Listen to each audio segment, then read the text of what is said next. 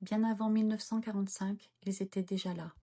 Déterminés à ne pas plier, ils ont montré la voie et ont enduré le pire en silence.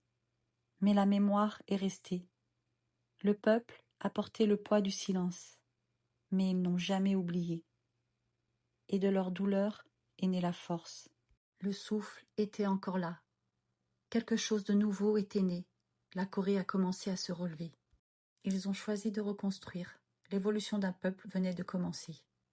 Tout en honorant leurs racines, ils ont pris forme dans le monde moderne. Les espaces de vie ont changé, les structures ont suivi le temps. La ville est éveillée, travaillant et vivant tard, une société en croissance, déterminée. Ils étudient, ils grandissent. Évoluer, c'est aussi apprendre. Ils vivent de ce qui leur a été transmis.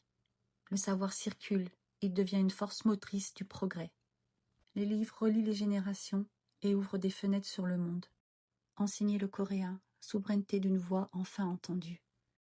L'apprentissage commence là où les liens se tissent. Sun Won-kwon crée du lien entre deux mondes. Il y a 80 ans, ils se sont battus pour ça. Vivre, pas seulement survivre. Ce qui portait autrefois la douleur abrite aujourd'hui la paix, un lieu pour se reposer. Aujourd'hui, plus personne n'a faim. La nourriture est lien, héritage, fierté.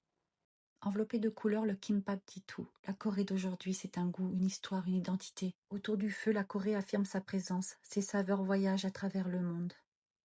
Mais le monde, lui aussi, vient en Corée. Même les gestes ordinaires portent sa créativité. Le progrès est dans la façon de se déplacer. Même le sol guide avec soin. Le marché évolue, son âme demeure. L'artisanat résiste encore. Les gestes perdurent. Et pourtant, son âme reste la même. Biati réinvente le souffle ancien. Elle partage sa lumière au monde. La tradition se tisse autrement.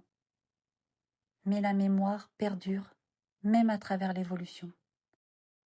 Le souffle des anciens éclaire encore le chemin.